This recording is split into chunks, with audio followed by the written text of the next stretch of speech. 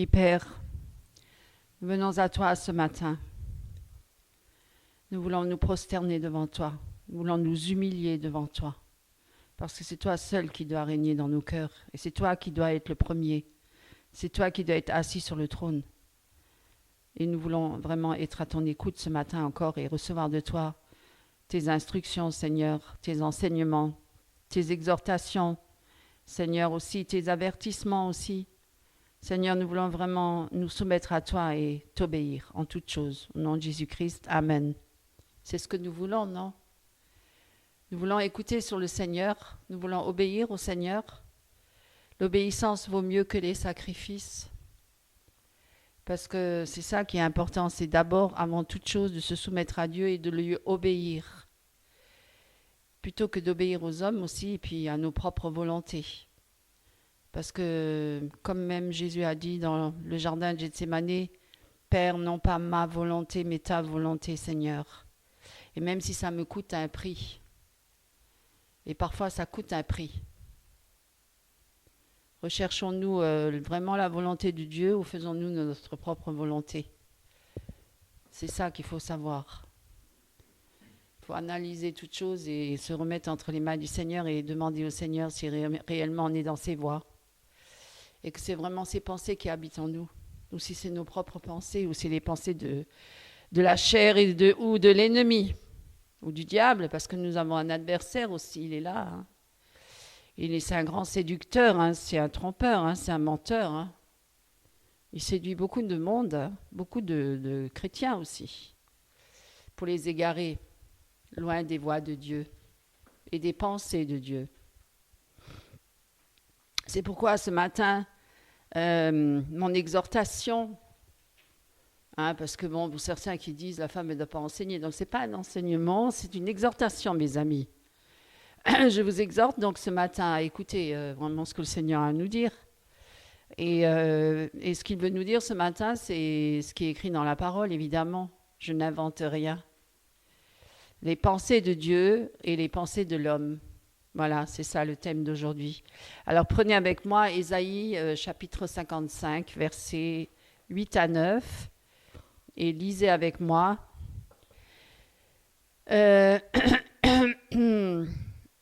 Car mes pensées ne sont pas vos pensées. Vous lisez avec moi, bien sûr, vous allez trouver. Car mes pensées ne sont pas vos pensées, et vos voix ne sont pas mes voix, dit l'Éternel. Car comme les cieux sont élevés au-dessus de la terre, ainsi mes voix sont élevées au-dessus de vos voix, et mes pensées au-dessus de vos pensées. Vous voyez, c'est ça. Les voix de Dieu, les pensées de Dieu sont bien au-dessus de nos pensées, mes amis. Et je pense qu'il est important que nous soyons vraiment soumis à Dieu, pour ne pas laisser vagabonder dans notre esprit nos propres pensées ou les pensées de la chair ou celles des hommes ou du diable, ou les pensées mondaines. Vraiment, c'est important, parce que nous avons des combats à ce niveau-là. Hein. Il y a comme une guerre au niveau des pensées. Et beaucoup se chamaillent, beaucoup de chrétiens même se chamaillent entre eux à cause de ça. À cause des mauvaises pensées ou des pensées erronées. Ou à cause des pensées pensant que ça vient de Dieu alors que ça ne vient pas de Dieu, mais pensant qu'on accomplit la volonté de Dieu alors que ce n'est pas du tout la volonté de Dieu. Mais bon, la nature humaine, elle est une nature pécheresse. Hein. Elle a besoin d'être vraiment clouée à la croix. Elle a besoin de mourir et être clouée à la croix. On a besoin d'être dépouillé du vieil homme hein, qui cherche toujours à se manifester et à vouloir se mettre en avant. Hein. Ça, c'est l'orgueil. C'est l'orgueil de la chair, hein, de l'homme qui veut toujours se mettre en avant et vouloir encore rechercher un petit peu à être connu ou reconnu plutôt que d'être connu par Dieu et que ce soit le Seigneur qui soit reconnu, mes amis. Alors, là, nous avons entendu une parole qui est vraiment très très forte, hein. La parole du Seigneur. Ce n'est pas la parole d'un homme, aussi érudit peut-il être, ou même d'un homme très spirituel, parce que bien sûr, il y a des hommes spirituels qui ont dit des belles choses, mais ces hommes-là étaient à la base des pécheurs qui ont été sauvés par grâce, qui ont été sauvés par Jésus-Christ. Donc c'est Jésus-Christ qui est quand même à la base de tout. Hein, c'est lui, la tête, le chef de l'Église. Et donc nous devons nous soumettre à la tête, au chef de l'Église. Et qui dit alors, cette parole très forte, « Car mes pensées ne sont pas vos pensées, et vos voix ne sont pas mes voix, dit l'Éternel. » Donc dans cette partie-là d'Ésaïe, Dieu nous rappelle à son peuple que ses projets et sa manière d'agir dépassent de loin notre compréhension humaine. Hein? Nous vivons souvent selon notre propre logique. On raisonne et puis on dit mais non, mais si, c'est juste, c'est bien, parce que c'est logique, parce que c'est comme ça. On raisonne, on a notre propre logique, on a nos propres désirs, hein? Et puis on a aussi les influences du monde ou du milieu religieux, bien sûr. Mais Dieu nous appelle à marcher selon ses pensées et ses voies. Donc ça demande une soumission, une consécration, une obéissance. Et même si ça déplaît à la chair, et souvent ça déplaît à la chair, parce que la chair, elle est inimitié contre Dieu, parce qu'elle a des pensées contraires à celles de Dieu. Parce que si nous marchons par la chair, nous n'accomplissons pas la volonté de Dieu. C'est ceux qui marchent par l'Esprit, le Saint-Esprit, c'est ceux-là qui accomplissent la volonté de Dieu. Beaucoup disent, Seigneur, ceci, cela, n'avons-nous pas fait ceci, cela, et puis ceci et cela. Mais Dieu dira, arrière de vous, je ne vous connais pas, vous qui commettez l'iniquité. Hein? Donc, vous voyez, il vaudrait mieux avoir la crainte de Dieu plutôt que de craindre les hommes. Même si les hommes ils s'opposent à vous et qu'ils vous persécutent, eh bien, croyez-moi, c'est rien à côté de ceux qui sont en dehors des plans de Dieu, parce que ceux-là, ils sont égarés. Et ceux qui sont persécutés parce qu'ils suivent les voies de Dieu et les pensées de Dieu et qui sont soumis à Dieu et que, forcément, si Jésus a dit « Si moi j'ai été persécuté sur la terre, vous le serez aussi ». On peut être persécuté à tous les niveaux. Hein. J'ai déjà dit, même dans sa propre maison. Hein. Et puis, vous savez, à l'époque, les pharisiens persécutaient Jésus et les apôtres, ils pensaient être justes. Ils pensaient détenir la vérité. Hein. Ils disaient d'ailleurs à Jésus, nous qui sommes justes, hein, tu nous dis qu'on a comme père le diable. Oui, c'est sûr. Hein. Il y a des religieux qui sont des fois très, très bornés aussi dans leurs propos. Et ils ont affronté Jésus, ils l'ont tourmenté, ils l'ont persécuté et ils l'ont tué. C'est certain. Hein? Nous vivons souvent selon nos propres logiques et on croit que c'est notre logique qui est alignée à la volonté de Dieu, alors que c'est totalement faux. Et Dieu nous appelle à marcher selon sa pensée et ses voies. Vous voyez, il y a un contraste radical entre ce que nous voyons, les choses que nous pensons et la manière dont Dieu les voit. Ah oui, nous ne sommes pas Dieu. Hein. Il y a des hommes qui se prennent pour Dieu. Est-ce que tu fais la volonté de Dieu? Bien sûr, je fais la volonté de Dieu. Oui. Tu es sûr que Dieu est d'accord avec ça? Bien sûr qu'il est d'accord avec ça. Ah bon? Mais tu prends Dieu pour ton pote? Tu me le prends pour ton pote? Bien sûr qu'il est d'accord avec moi. Ah bon? Nos pensées sont limitées. Elles sont parfois influencées beaucoup par nos émotions aussi. Hein. Ah, les émotions. Ah, ça, c'est un obstacle hein, à l'œuvre de Dieu. Oh. Ceux qui n'ont pas crucifié ou soumis leurs émotions à Christ, à Dieu, ils sont même très dangereux. Hein. Ils peuvent faire beaucoup de dégâts dans la maison de Dieu. Hein. Parce qu'ils ne marchent pas par le Saint-Esprit, ils marchent par les émotions. Hein. Ils marchent par les sentiments. Ou ils marchent aussi par rapport à leurs blessures. Il y a des chrétiens qui sont blessés. Ils ont beaucoup d'amertume, beaucoup d'animosité dans leur cœur. Même de la rancœur, même de la haine, même un manque de pardon. Et alors ça aussi, ça peut être un obstacle. Un grave obstacle à l'œuvre de Dieu. Ça peut être même très dangereux. Ils donnent une apparence de piété. Ils font croire peut-être qu'ils étaient chrétiens à un moment. Peut-être qu'à un moment, ils étaient en communion avec Christ, mais ils se sont égarés. Ils ont laissé leur cœur envahir par beaucoup de mauvaises choses. Parfois même par le péché. Hein. Il y en a qui sont retournés dans certains péchés qu'ils avaient délaissés auparavant et sont retournés dans ces péchés-là. Mais ils veulent toujours faire croire qu'ils sont des bons chrétiens. Mais on ne se moque pas de Dieu, on ne trompe pas Dieu, vous savez, hein, on ne peut pas tromper Dieu. Sachez-le. On ne pourra jamais, jamais, jamais tromper Dieu. On peut tromper les hommes, on peut tromper une église, une assemblée, on peut tromper beaucoup de monde, mais on ne peut pas tromper Dieu. Dieu sonde les cœurs, il va jusqu'à la moelle, la jointure de la moelle, et connaît les intentions et les pensées du cœur de chacun d'entre nous. Nous ne pouvons pas nous dérober devant la face de Dieu, croyez-le-moi. Dieu est souverain et maître. Dieu voit toutes choses, Dieu connaît toutes choses. Dieu nous connaît, il nous connaît, il sait qui nous sommes. On peut pas, on peut poser un masque devant les autres, hein, on peut jouer un personnage, une pièce de théâtre, hein, une personnalité. Il y en a qui sont très doués pour les pièces de théâtre. D'ailleurs, pour eux, la vie, c'est une pièce de théâtre. Hein. Ils prennent rien au sérieux. Hein. Ils jouent avec la vie des autres et ils croient que c'est normal. Mais on ne joue pas avec la vie des autres. Hein. On est responsable de nos actes. Et un jour, on rendra des comptes aussi hein, par rapport à ce qu'on aura fait à notre prochain.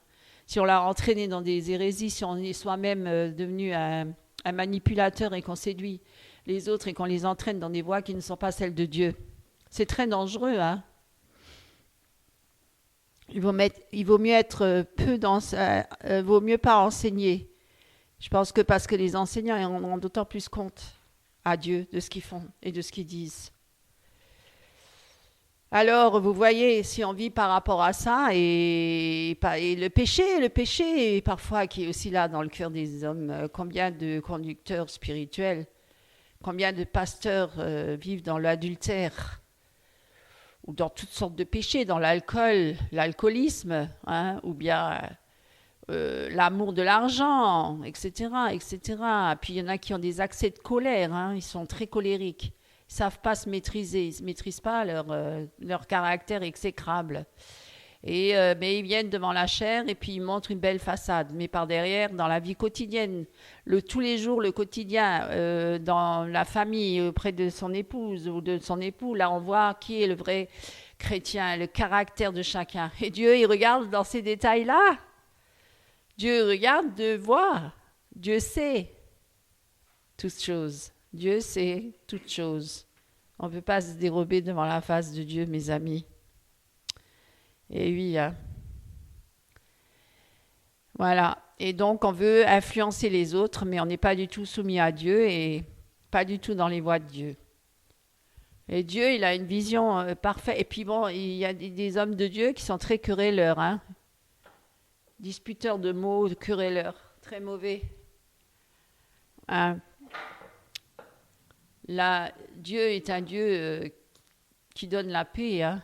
Pas la paix comme le monde le cherche, hein. La paix, le monde dira aussi paix, paix, paix, paix. Mais il n'y aura pas de paix. Alors, ce matin, la question que je vais vous poser, elle est simple. Qui dirige vos vies? Qui dirige ta vie? Qui dirige votre vie? Qui dirige vos pensées? Hein? Est-ce que ce sont vos pensées ou celles de Dieu? Vos voix ou les voix de Dieu? Mes propres raisonnements ou la pensée de Dieu révélée dans sa parole? Les pensées, les voix de l'homme, comme je l'ai dit tout à l'heure, sont souvent limitées. On est très limité, croyez-moi. Sans Dieu, déjà, nous sommes perdus. Hein? On marche à tâtons dans les ténèbres, on ne voit rien. Hein? On est aveuglés. Hein? Et des aveugles qui conduisent des aveugles. Conducteurs d'aveugles, vous voyez? Hein? On a besoin de la lumière du Seigneur. On a besoin de Jésus-Christ. Aucun autre homme peut nous éclairer autant que Jésus. C'est Jésus, la lumière du monde. C'est Jésus. C'est Jésus le chemin, la vérité et la vie, et nul ne vient au Père que par lui. Nous avons besoin de Jésus. Nous n'avons pas besoin de Pierre, Paul, Jacques, même s'ils disent des belles choses. C'est leur expérience. On peut écouter, on peut entendre. Mais ce ne sont que des hommes. Mais Jésus est parfait dans toutes ses voies. Et Jésus, il s'est révélé à travers sa parole. Il est la parole. Il est la parole. Mais Jésus aussi a fait sa demeure en nous à travers le Saint-Esprit. Ce n'est plus moi qui vis, mais c'est Christ qui vit en moi. Et si c'est Christ qui vit en moi, hein, c'est qui votre Dieu? Quelle idole vous avez dans le cœur? Est-ce que vous avez un autre Dieu, une autre idole à la place de Jésus-Christ dans votre cœur qui prend trop de place, hein, et qui étouffe la voix de Dieu et qui étouffe même les pensées de Dieu? Vous voyez? Analysons les choses et examinons si notre cœur appartient vraiment à Christ et si c'est vraiment Christ qui règne en moi ou si c'est un autre qui règne en moi ou une idole ou un faux Dieu. Hein? On peut aduler certains hommes ou femmes qui étaient peut-être des grands spirituels, hein? Mais ce n'est pas pour autant que ce sont nos sauveurs. Et si c'est eux qui règnent dans notre cœur, ben c'est une idole. Nous sommes des idolâtres. Mais on met Jésus en deuxième position, ou en plus petit. L'homme est plus grand que Jésus. On parle tellement de cet homme-là, on oublie complètement ce que Jésus a accompli sur la croix. C'est quand même Jésus qui nous a libérés de nos péchés. C'est quand même lui, notre Sauveur et notre Seigneur. C'est quand même lui qui va revenir bientôt nous chercher. C'est quand même lui, hein, qui est le commencement à la fin. C'est quand même Jésus-Christ qui combat pour nous. C'est lui qui nous donne la victoire. Hein? Pensez donc, mes amis. La Bible dit, prenez Proverbe, parce que les pensées et les voies de l'homme sont limitées et trompeuses, et souvent corrompues par sa chair. Même quelqu'un qui est très zélé et qui est très, on va dire, très religieux, hein, qui a une voix qui paraît droite aux yeux des hommes, mais elles peuvent quand même être corrompues devant les yeux de Dieu, parce que c'est ça qu'il faut voir. Hein, c'est pas, ne nous fions pas aux apparences. Hein. Dieu n'a jamais regardé aux apparences. Il a toujours regardé au cœur de l'homme. Qu'est-ce qu'il a dans son cœur? C'est là que ça se passe, mes amis. Dieu sonde les cœurs et va jusqu'au plus profond. Et nous avons tous besoin de notre grand médecin. Nous sommes tous des malades, hein, corrompus, détruits par le péché. Nous avons besoin d'être sanctifiés. Nous avons besoin d'être purifiés. Nous avons besoin d'être délivrés. Nous avons besoin que Jésus-Christ règne en nous, mes amis. La Bible dit dans Proverbe 14, verset 12, lisez avec moi s'il vous plaît. Prenez avec moi Proverbe 14. Proverbe 14, verset 12. Que lisons-nous? Il y a telle voix qui semble droite à un homme, vous voyez? Parce qu'il raisonne, il pense, il a ses pensées à lui, mais des voix de mort en sont la fin. Vous voyez? Tel homme pense avoir telle voix paraît droite aux yeux de l'homme, à l'homme, mais son issue, c'est la voie de la mort. Hein? Combien de fois avons-nous cru que nous faisions le bon choix? Vous ne croyez pas que... Est-ce que vous avez déjà fait l'expérience, vous êtes trompé dans votre vie, d'avoir fait des mauvais choix? Moi, j'en ai fait beaucoup, mes amis. Beaucoup trop. Parce que je n'ai pas consulté le Seigneur. Je n'ai pas demandé son avis. Qu'est-ce que Dieu en pense? Comment lui voit les choses? Est-ce que c'est sa volonté? Non. J'ai fait et après j'ai dit oui, c'est la volonté de Dieu. Et comme ça, j'ai fait énormément de mauvais choix. Je parle en connaissance de cause, vous voyez, parce que je ne me suis pas toujours soumis à Dieu, hein. Je me suis soumis à ma chair, hein. Avec le désir de la chair ou au désir de mon prochain, de sa chair. Ou de faire la volonté de mon prochain plutôt que de faire celle de Dieu. Parce qu'il y a toujours des usurpateurs qui viennent sur votre chemin, hein, pour dire, oui, bah, c'est la volonté de Dieu, ah bon? Et c'est comme ça qu'on se fout dedans, hein, qu'on se trompe. Et qu'on est égaré loin de Dieu, et qu'on vit plein de problèmes. Et après, on se dit, ouais, mais pourquoi je vis tous ces problèmes? Ben, t'as pas écouté. T'as pas écouté sur les voies de Dieu. Et maintenant, tu te retrouves dans la misère, tu te retrouves dans plein de problèmes, parce que ça, c'est pas ce que Dieu il voulait. Mais toi, tu as voulu suivre tes propres voies, tes propres pensées, et ben voilà ce qui arrive aujourd'hui. Ça, c'est le résultat de ta vie. Et après, on incrimine Dieu et on dit c'est la faute à Dieu. Non, c'est notre propre faute parce qu'on n'a pas écouté. On n'a pas obéi. Vous voyez? Après, on donne la faute aux autres. On dit ouais, mais c'est la faute. Non, parce que tu n'as pas écouté. Tu ne t'es pas soumis à Dieu. Vous voyez? Parce que ça fait penser un peu dans le jardin d'Éden quand Adam a dit ah, c'est la faute à la femme. Et la femme a dit ah, c'est la faute au serpent. Mais tous les deux, ils ont désobéi. Ils étaient responsables. Dieu les avait avertis, Dieu les avait prévenus, mais ils n'ont pas écouté. C'est ça la vérité, mes amis. Vous voyez? Alors, combien de fois nous avons cru que nous faisions le bon choix? Mais quelque temps plus tard, nous découvrons quoi? Que c'est une erreur, que c'est une impasse. On est dans une impasse. Moi, je me suis déjà retrouvée souvent dans une impasse. J'ai dit, Seigneur, j'ai dû crier à Dieu. J'ai dû crier à Dieu pour dire, Seigneur, sors-moi de là. Et vous l'avez peut-être vécu aussi dans votre vie. Non? Que vous êtes retrouvés dans des impasses. Et maintenant, il va se passer quoi? Là, on est obligé de crier à Dieu. C'est comme ça que ça se passe. Des fois, Dieu, il laisse faire. Il laisse faire, il permet. Il permet même que le diable, il agisse dans le monde. Vous voyez? Dieu est au contrôle de tout, mais il permet. Pourquoi? Il a permis même au peuple de Dieu à l'époque. Pourquoi? Parce que tant qu'ils étaient bien, ils ne se tournaient pas vers l'Éternel. Ils suivaient leur propre voie et leurs propres pensées. Mais quand ils étaient par terre et dans une impasse, dans des situations difficiles, à cause de leur mauvais choix et de leur désobéissance, eh bien là, ils sont arrivés à un point ultime où il fallait qu'ils crient à Dieu. Qu'ils crient à Dieu. Oh Éternel, oh Dieu, sauve-nous. C'est comme ça que ça se passe. Parce qu'on est têtu, on est entêté, on est borné, on est obstiné. C'est notre péché ou c'est notre nature pécheresse, parce qu'on marche par la chair et pas par l'esprit. On ne se soumet pas à l'esprit, on écoute les voix de l'ennemi, on écoute les voix de la chair, on ne veut pas suivre Christ. Parce que ça coûte un prix parce qu'il faut brider sa chair.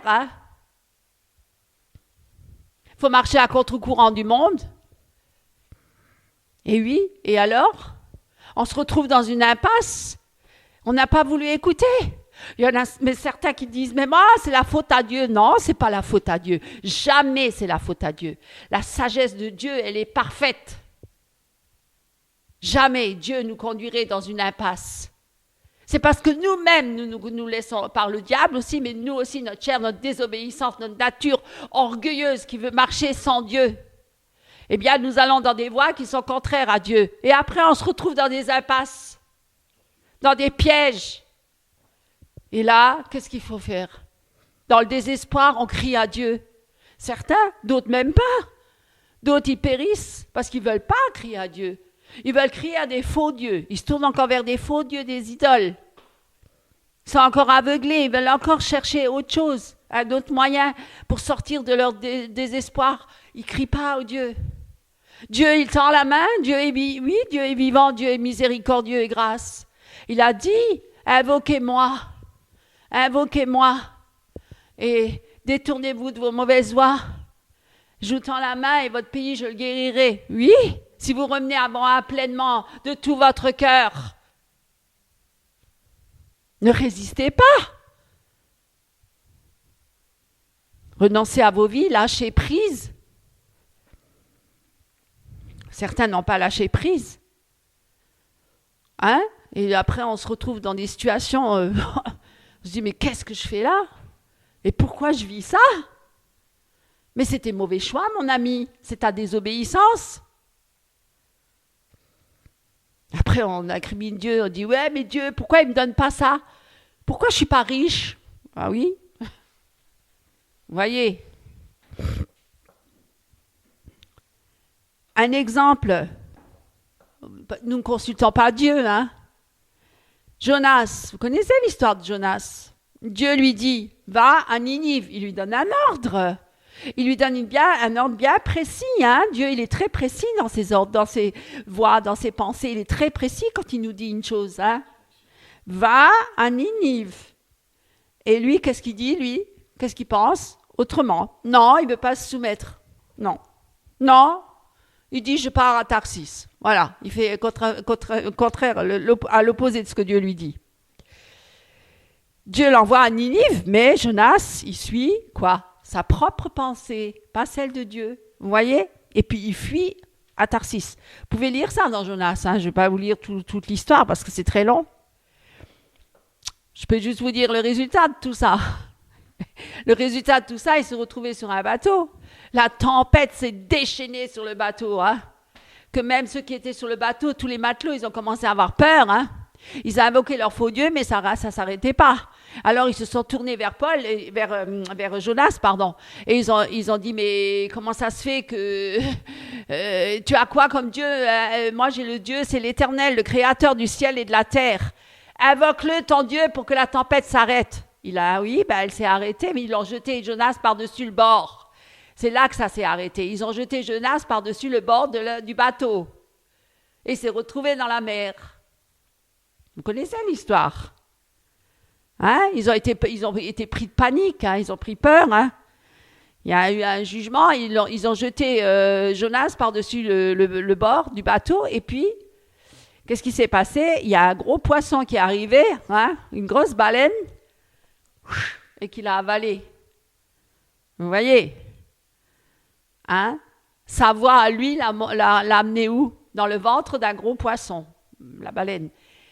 Il était vraiment alors là, c'était le désespoir. Vous vous imaginez dans le ventre d'une baleine, vous vous imaginez là-dedans? Des fois, on est aussi comme ça dans la ventre de la baleine. On est aussi dans des situations où on ne sait plus comment faire. Oh Seigneur, sors-moi de là. C'est vrai, mes amis. Quand Jonas, il a crié à Dieu, Dieu l'a libéré. La baleine l'a libéré sur les rivages.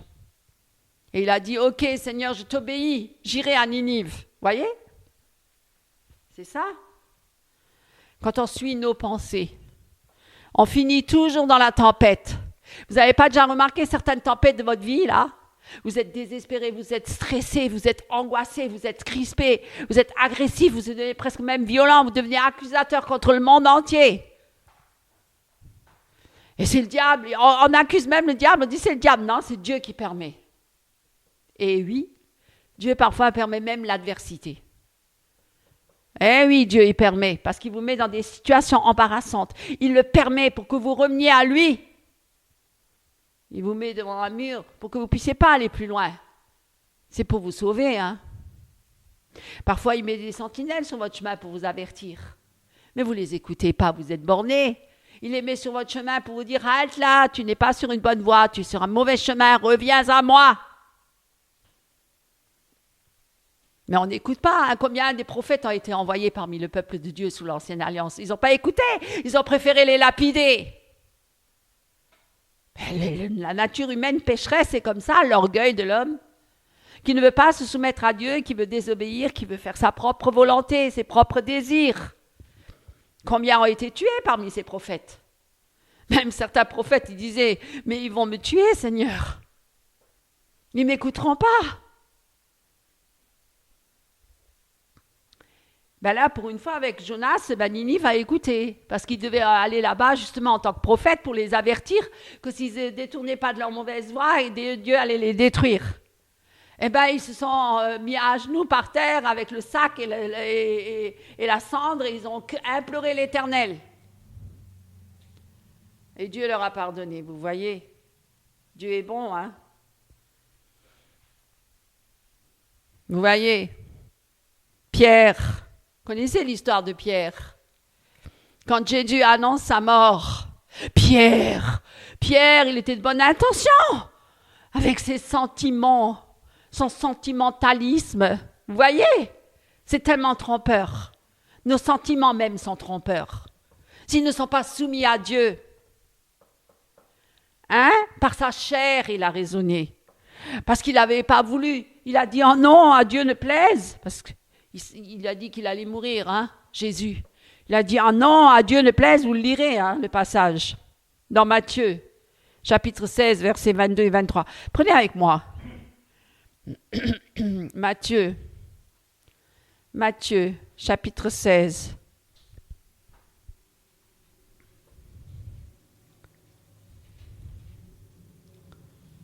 « 22 à 23. Alors, qu'est-ce qu'il dit? Ah, même 21, à partir de 21. Dès lors, Jésus commença à montrer à ses disciples qu'il fallait qu'il allât à Jérusalem et qu'il souffrit beaucoup de la part des anciens et des principaux sacrificateurs. Vous voyez, les religieux, ceux qui se croyaient très justes, qui croyaient appliquer la loi, la Torah, et les scribes, et qu'il fut mis à mort, et qu'il fut ressuscité le 3e jour. Et Pierre, le prenant à part, se mit à le reprendre, disant : « Seigneur, Dieu t'en préserve, cela ne t'arrivera point. » Mais lui, se retournant, dit à Pierre : « Va, arrière de moi, Satan. » Vous vous imaginez ? Pierre, qui avait des bonnes intentions, qui avait des bons sentiments pour Jésus, il ne voulait pas qu'il aille mourir, il voulait pas qu'il aille à Jérusalem pour mourir là-bas, il voulait l'épargner. C'est d'un bon sentiment, ça part d'un bon sentiment. Et pourtant, Jésus, qu'est-ce qu'il lui répond ? Il lui répond : « Va, arrière de moi, Satan. » Vous vous dites : « Waouh, c'est choquant. » Mais Jésus, c'est quoi ? Jésus, il n'a même pas d'amour là pour Pierre. Il ne reconnaît même pas ses bons sentiments. Non, au contraire. Il lui dit : « Va, arrière de moi, Satan. Tu mets en scandale, car tes pensées ne sont pas aux choses de Dieu, mais à celles des hommes. » Et qu'est-ce qu'il répond après ? Alors Jésus dit à ses disciples : « Si quelqu'un veut venir après moi, qu'il se renonce soi-même et qu'il prenne sa croix. Prendre sa croix et me suivre. Car quiconque voudra sauver sa vie la perdra. Et quiconque perdra sa vie pour l'amour de moi la trouvera. Car que profitera-t-il à un homme s'il gagne le monde entier, vous voyez, plaire aux hommes, et qu'il fasse la perte de son âme? Ou que donnera un homme en échange de son âme? Car le Fils de l'homme viendra dans la gloire de son Père avec ses anges, et alors il rendra à chacun selon sa conduite. Vous voyez, Dieu est un Dieu de justice, mes amis. Alors, vous voyez, il a repris Pierre très sévèrement, hein. Il n'a pas dit : « Oh, mon bon Pierre, qu'est-ce que tu m'aimes, tu te préoccupes de moi parce que tu ne veux pas que je meure. » Et... Non, il a dit : « Arrière de moi, Satan. Tes pensées ne sont pas celles de Dieu. » Voilà. Vous voyez. Donc, Satan, Pierre parlait selon une logique humaine, charnelle. Et il y a beaucoup de chrétiens comme ça parmi nous, hein, qui sont charnels et qui ont des pensées purement charnelles et qui disent que ça vient de Dieu parce qu'ils ont des bons sentiments. Aujourd'hui encore, combien de chrétiens choisissent eux-mêmes leur carrière, leur mariage. Hein, ils disent : « Moi, mais elle a le même pull que moi, donc c'est ta volonté, Seigneur. » Ah bon ? Dans l'église, j'ai déjà entendu des histoires comme ça. On cherche un partenaire. Et on dit : « Ah, donne-moi un signe. Ah ben voilà, elle a le même pull que moi, donc c'est ma future femme. » C'est du n'importe quoi. Dites-moi, mes amis. Hein ? Il y en a qui choisissent un métier et ils disent : « C'est la volonté de Dieu. » Leur projet, ils font des projets et puis ils disent : « Dieu est fait avec. » Selon leur calcul, selon leur propre cœur. Mais la Bible, elle dit quoi, la Bible ? Mais lisez la Bible, mes amis, c'est très important. Qui dit dans Jérémie, chapitre 17, prenez avec moi. Jérémie, chapitre 17, prenez avec moi, mes amis. Jérémie.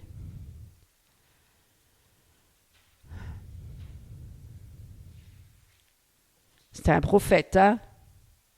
Chapitre 17, verset 9. Qu'est-ce qu'il dit ? Vous voyez, ils ne mâchent pas les mots, hein, ceux qui suivent Christ, ceux qui suivent Dieu. Le cœur est trompeur par-dessus tout est incurable. Incurable. Qui le connaît? Vous voyez, le cœur est tortueux ou trompeur par-dessus tout. Il est méchant. Il est méchant. Qui peut le connaître? Moi, l'Éternel, je sonde le cœur. Moi, l'Éternel, je sonde le cœur et j'éprouve les reins. Et cela pour rendre à chacun selon ses voies, selon le fruit de ses actions. Voilà ce qu'il dit Jérémie.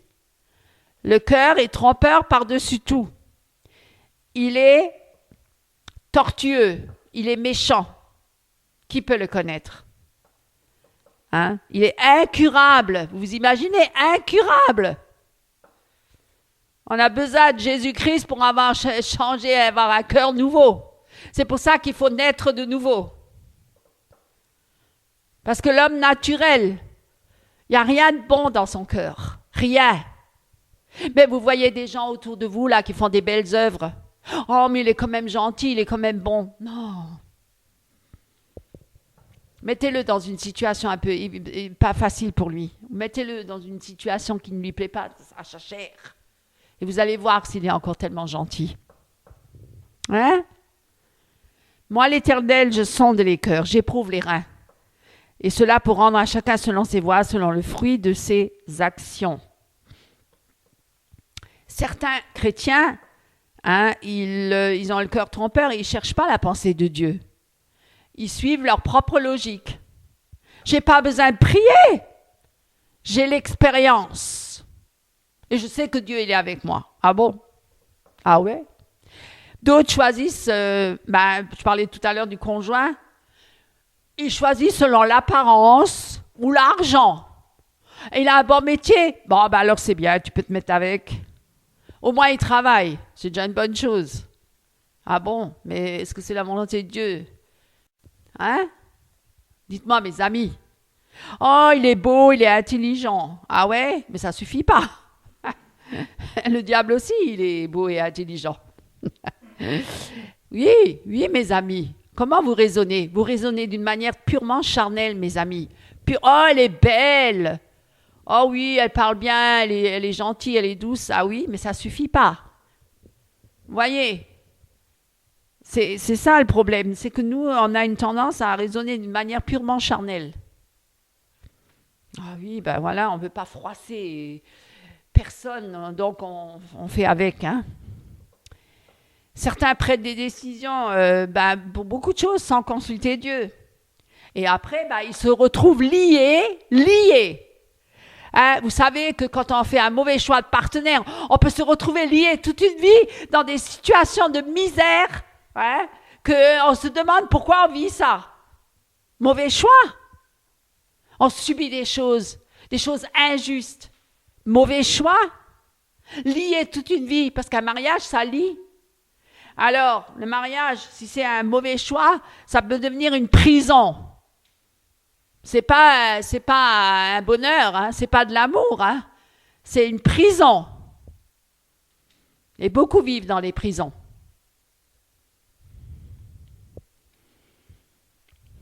Eh oui, hein, mauvais choix de partenaire, se retrouve liés, mauvais choix de travail, mauvais choix de métier. On se retrouve liés. Épuisé, éloigné de notre appel à la base. Oui, alors on est dans des voies qui sont contraires à Dieu et on se retrouve lié dans des situations tellement difficiles qu'on n'arrive même plus à répondre à l'appel de Dieu. Parce qu'on doit régler tellement de problèmes et il y a tellement de choses qui nous arrivent qui sont contraires à Dieu à cause de nos mauvais choix, qu'on n'arrive même plus à répondre à l'appel de Dieu. Et vous voyez, les pensées et les voies de Dieu sont supérieures et elles sont parfaites. C'est pour vous dire que franchement, on n'a rien à perdre, on a tout à gagner à se soumettre aux pensées et aux voies de Dieu. Parce que Dieu est bon et Dieu est un créateur. Dieu est notre créateur, c'est lui qui nous a créés. Il sait ce qui est le meilleur pour nous. Mettons notre confiance en lui, confions-nous en lui. et marchons avec lui et soumettons-nous à lui. Hein, parce que ses pensées sont bien au-delà de nos pensées et ses voies sont bien au-delà de nos pensées. Croyez-moi, parce qu'il va beaucoup plus loin que nous. Hein. Il est éternel. Il est le commencement et la fin, il est l'alpha et l'oméga, il connaît tout ce qui se passe dans ce monde. Il sait ce qui est, franchement, il veut nous garder, il veut nous protéger, il veut nous délivrer, il veut nous sauver. Eh bien, croyez-moi, confiez-vous en lui et vous verrez, hein, vous serez toujours dans ses voies et jamais vous serez dans la paix et dans la joie, dans sa présence. Même si tout autour de vous, il y a la tempête qui se déchaîne, qu'il y en a 1000 qui tombent à droite et 1000 à votre gauche, mais vous resterez debout.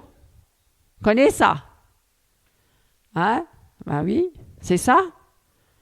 Hein, vous serez comme un pilier dans l'église. Hein? Parce que nous, on est tellement limités. Hein?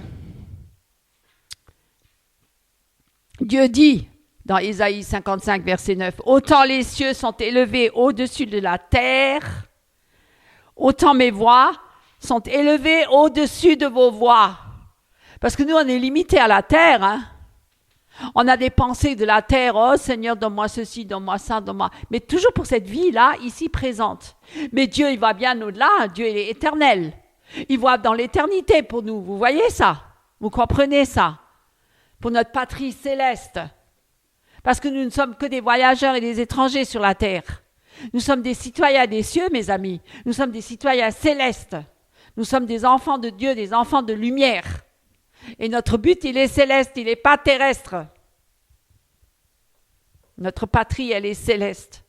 Jésus nous a préparé une place merveilleuse auprès de lui. Et il reviendra nous chercher, croyez-le-moi.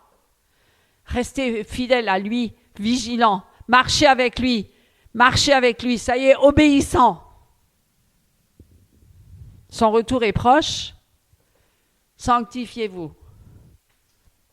Hein? Obéissez-lui. Nos yeux, ils voient à l'instant. Ils ne voient pas au-delà. Ils sont très limités, on est très limités. Comme je l'ai dit, mais Dieu, il voit dans l'éternité. Et nous avons la vie éternelle en Jésus-Christ. Nous serons éternellement avec Jésus-Christ. Qu'est-ce que c'est quelques années là qu'il y a ici-bas sur la terre?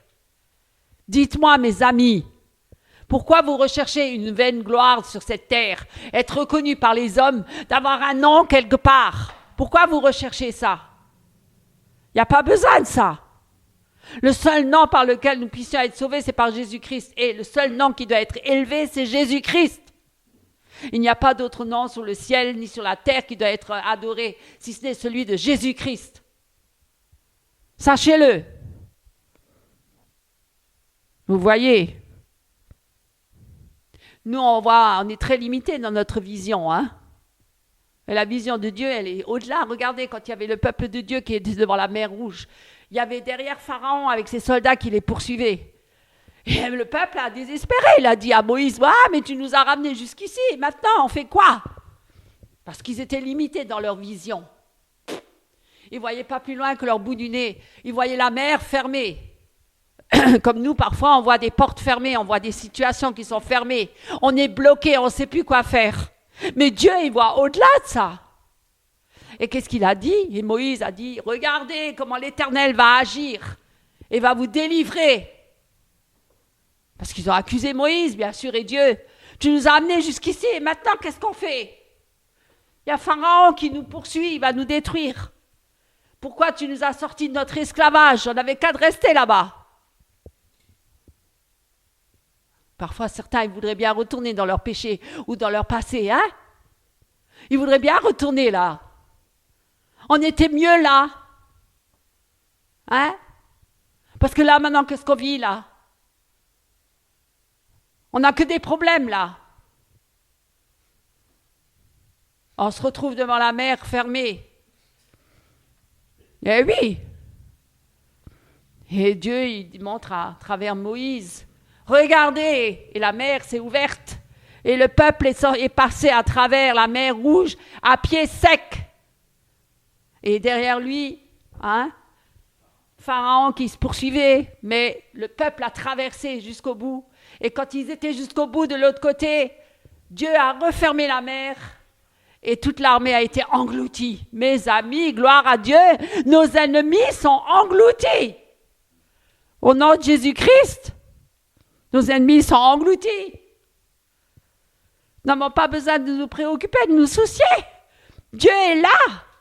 Dieu est vivant. Il est le même hier, aujourd'hui, demain, éternellement. Il n'a pas changé.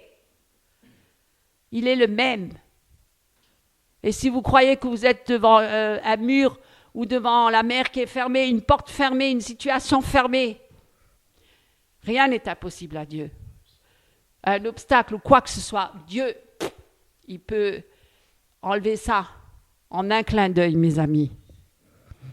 Il peut briser tous nos obstacles et nous délivrer. La délivrance est proche.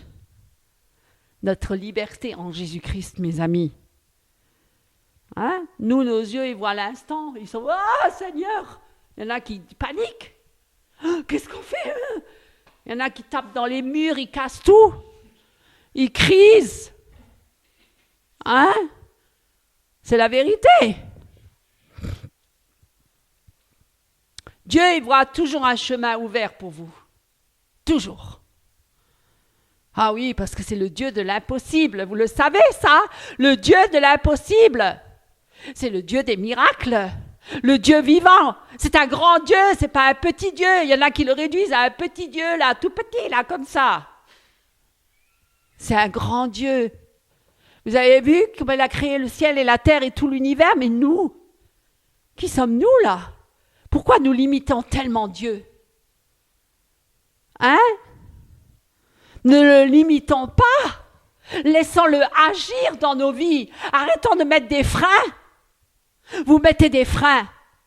Vous avez déjà vu quelqu'un qui veut avancer avec sa voiture, mais il met le frein en même temps. Il peut avancer. Il fait quoi? Il reste sur place. Il risque même de cramer le moteur, je ne sais pas. Mais c'est la vérité. Mes amis, ne mettez pas le frein. Laissez le Seigneur vous conduire. Ayez foi en lui.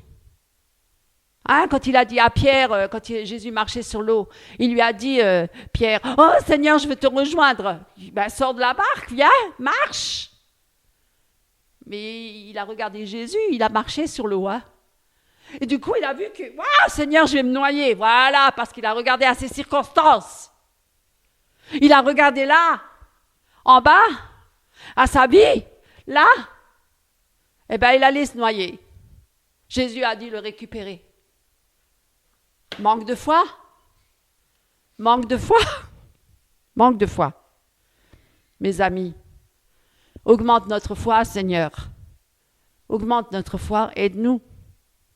Aide-nous, Seigneur. Aide-nous. Dieu voit un chemin ouvert pour nous. Mais nous, on voit quoi? Tout est fermé. Hein? On souffre. On souffre tellement qu'on ne voit plus rien. Hein? Mais lui, nous, on voit la croix. La croix, Jésus mort sur la croix. C'est pour ça que les religions, ils portent la croix.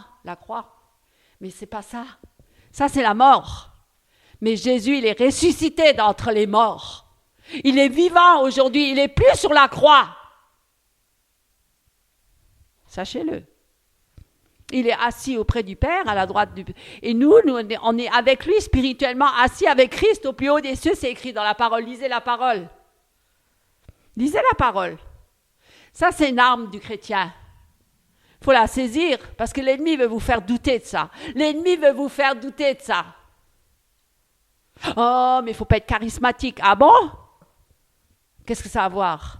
C'est écrit dans la parole. Mettez la parole en pratique.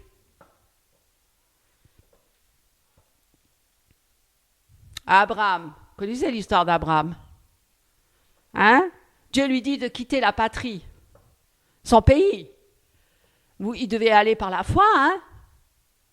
Quitte ton pays, quitte tes parents, quitte tout. Suis-moi. Oui, quitte ton père et ta mère. Quitte. Suis-moi. Humainement parlant, Abraham, ce serait insensé. Il était peut-être bien installé hein, dans sa famille, tout ça, il était bien et tout. Il avait sa petite maisonnette. Ses petits biens, son petit machin, enfin. Mais il a obéi. Et en obéissant, il est devenu père d'une grande nation. Vous le savez ça? Il est devenu père d'une multitude. Joseph, vous connaissez l'histoire de Joseph?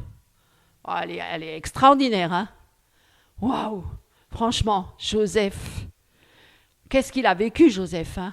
On aurait pu dire que Dieu n'était pas avec lui, hein? Il s'est fait vendre par ses frères, hein, qui étaient jaloux de lui, hein? Ils l'ont vendu comme esclave, hein? Et puis, il a été jeté en prison parce qu'il voulait rester fidèle à son Dieu. Il n'a pas voulu céder à la femme de Potiphar, hein, qu'il a accusé de l'avoir séduite. Potiphar qui revient de son voyage et elle lui raconte ça, elle lui montre même le vêtement qu'elle avait en main de Joseph, hein, parce que Joseph s'est sauvé, puis elle lui a tiré le vêtement. Vous voyez un peu la ruse? Vous voyez? Elle a dit, ah, Potiphar, regarde, il voulait me séduire et tout. Hein, parce qu'elle, dans son orgueil, que Joseph a résisté à sa beauté physique, éphémère, passagère, et qu'il a préféré plutôt regarder à l'éternel, aux choses éternelles, plutôt qu'aux choses passagères du monde, plutôt que les plaisirs passagers du monde, Il a préféré plutôt la joie dans l'éternité avec son Dieu. Il a préféré se prosterner devant son Dieu et résister. Résister au péché et il fuira loin de vous. Résister au diable et il fuira loin de vous. Et alors, il s'est retrouvé en prison, injustement, accusé. Et après délaissé pendant des années. Il ne se passait rien. Mais est-ce qu'il a désespéré, Joseph? Non, même en prison, il a loué Dieu. Même en prison, il a servi Dieu et son prochain. Il était devenu même un leader dans la prison. Hein? Il avait même des rêves pour chacun à l'époque, justement pour être délivré après par la suite. Vous lirez l'histoire. Je ne vais pas tout vous raconter parce que il faudrait refaire un autre culte pour ça. Vous avez projeté de me faire du mal? Il dit, mais Dieu l'a changé en bien. Vous voyez? Dieu change le mal en bien. Vous pourrez lire ça dans Genèse, chapitre 50, verset 20. Jésus-Christ, la croix, folie pour les hommes, mais sagesse de Dieu. Vous imaginez? Il est mort misérablement, défiguré, plein de sang, c'est horrible. Mais qu'est-ce qu'on aurait dit? Mais c'est une défaite, comme le pape lui-même l'a dit, c'est la croix de Jésus, la mort sur la croix, c'est une défaite. Non, c'était une victoire, c'était le triomphe sur la puissance des ténèbres, sur le diable et tous les démons, sur la mort, le péché, sur toute chose, sur le monde, sur toute chose. Et ça paraissait sur le moment. Hein, au vu des hommes, une défaite, une folie. La folie pour les hommes, mais sagesse de Dieu pour le salut, pour sauver l'humanité. Vous voyez, les voies de Dieu ne sont pas nos voies. Ça dépasse notre entendement. Vous ne croyez pas d'avoir donné son Fils unique pour qu'il soit sacrifié sur la croix? Vous ne croyez pas que ça dépasse notre entendement? Il faut une révélation du Seigneur pour comprendre ça. Que Dieu était obligé de donner son Fils unique, qui soit mort sur la croix, l'agneau immolé. Pour sauver l'humanité, il fallait que son sang coulât. Vous voyez, bien-aimés, quand Dieu nous demande quelque chose, même si ça nous coûte un prix, même si ça paraît illogique, s'il nous demande quelque chose, même si cela paraît dur, même si on va souffrir, même si tu souffres, mon ami, dans ta situation, mais regarde à Jésus. Souvenons-nous que ses pensées à lui sont toujours bien meilleures que les nôtres. Il sait pourquoi tu es dans cette situation. Tu es à l'école du Seigneur pour faire mourir les œuvres de la chair, pour que l'Esprit vive en toi. Le chrétien qui marche selon Dieu cherche la volonté de Dieu dans la prière et dans la parole, afin de décider, avant de entreprendre quoi que ce soit, ou même de faire des choix. Seigneur, est-ce que c'est ta volonté? Et pas dire, oui, c'est la volonté de Dieu, c'est parce que c'est ma volonté, mais Dieu est fait avec. Non! Soumets-toi à Dieu. Voilà, mes amis, ce que je voulais vous dire aujourd'hui. Et gardez-vous de la logique du monde parce que le monde, il raisonne différemment de Dieu. Hein. Il est en opposition à Dieu. N'est-ce pas? Vous le savez. Vous le savez, ça, mes amis. Il faut tout le temps, toujours prier sans cesse. Invoquer le Seigneur. Confie-toi en l'Éternel de tout ton cœur et reconnais-le dans toutes tes voies. Reconnais-le dans toutes tes voies et il aplanira tes sentiers. Selon sa volonté, mes amis. Avant de décider quoi que ce soit, avant d'agir, cherche d'abord la face de Dieu. Cherche sa présence. Seigneur, quelle est ta pensée pour moi? Quelle est ta volonté pour moi? Hein? Ayez en vous les sentiments qui sont en Jésus-Christ. Comme Jésus l'a dit lui-même, il a obéi au Père jusqu'à aller sur la croix. Et il a dit, non pas ma volonté, Seigneur, mais ta volonté, Père. Votre vie est un modèle parfait de la soumission totale au Père, comme Jésus. Vous voulez ressembler à Jésus? Vous voulez suivre Jésus? Eh bien voilà. Et c'est pour ça que le chemin est étroit. Il est étroit, le chemin qui mène au royaume de Dieu. Large est la porte de la perdition. Je vous donne juste un exemple et après j'arrête là. Il y a 2 types de chrétiens. Dans l'Écriture, il y a des exemples. Hein. Nous voyons 2 attitudes possibles, 2 types de chrétiens. Ceux qui marchent selon leur propre voie, il y en a plein, hein, plein. Saul, vous connaissez l'histoire de Saul, le roi, qui a offert un sacrifice à la place de Samuel. Il a désobéi, Saul, il a désobéi. Il a accompli un sacrifice devant l'Éternel à la place de Samuel. C'est Samuel qui est le sacrificateur. C'est pas Saul. Saul était roi. Il n'avait pas à faire ça. Il a désobéi. Désobéi. Il a agi selon son propre raisonnement, selon sa propre volonté. Et qu'est-ce qui s'est passé? Dieu l'a rejeté. Dieu l'a rejeté. Vous voyez?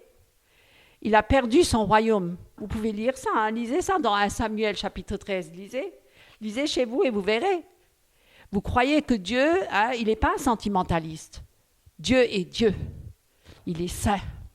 Il est pur. Il est parfait dans toutes ses voies. Soumettez-vous à Dieu.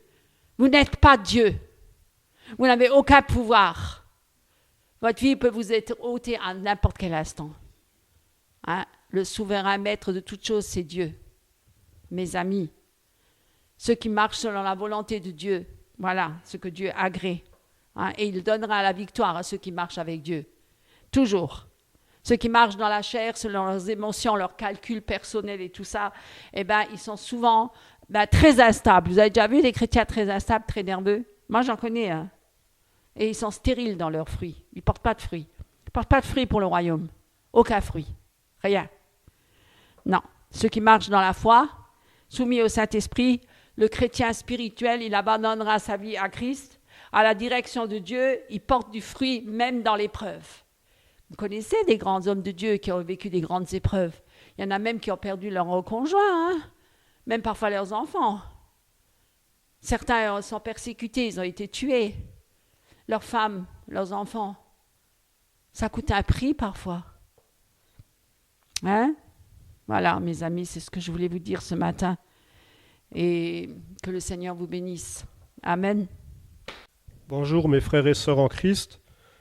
Prenons ensemble ce matin dans la parole de Dieu, dans Sophonie, chapitre 1, versets 14 à 18. Ce message s'intitule « Le jour du Seigneur approche ». Le grand jour de l'Éternel est proche, il est proche. Il arrive en toute hâte, le jour de l'Éternel fait entendre sa voix, et le héros pousse des cris amers. Ce jour est un jour de fureur, un jour de détresse et d'angoisse, un jour de ravage et de destruction, un jour de ténèbres et d'obscurité, un jour de nuées et de brouillard, un jour où retentiront la trompette et les cris de guerre, contre les villes fortes et les tours élevées. Je mettrai les hommes dans la détresse, et ils marcheront comme des aveugles. parce qu'ils ont péché contre l'Éternel. Je répandrai leur sang comme de la poussière, et leur chair comme de l'ordure. Ni leur argent ni leur or ne pourront les délivrer. Au jour de la fureur de l'Éternel, par le feu de sa jalousie, tout le peuple sera consumé, car il détruira soudain tous les habitants du pays. Je voulais rajouter au verset 18, « Ni leur argent ni leur or ne pourront les délivrer. » Voilà, ce n'est pas l'or et l'argent qui permettra d'arriver au salut, mais c'est bien Jésus-Christ, l'unique sauveur, et c'est lui seul qui vous sauvera la vie. Croyez-moi, mes amis, soyez intelligents selon la parole de Dieu, et pas selon votre chair, mais Jésus est vivant, c'est le Dieu vivant, l'Éternel, c'est lui la seule sécurité que vous avez. Soyez intelligents, après la mort vient le jugement, et le jugement c'est pour la condamnation. Alors réveillez-vous, ne marchez pas comme des aveugles, soyez bien réveillés, ce jour viendra, le jour du Seigneur est proche. Soyez richement bénis. Amen. Frères et sœurs en Christ, chers amis, chers invités, soyez bénis dans le nom du Seigneur Jésus-Christ. Alors sans plus tarder, j'aimerais tout de suite vous apporter la prédication. Nous devons reconnaître quelque chose, mes amis. Mon épouse ce matin faisait allusion effectivement au cœur de l'homme, l'orgueil, qu'il n'y a rien de bon dans le cœur de l'homme, et c'est une réalité.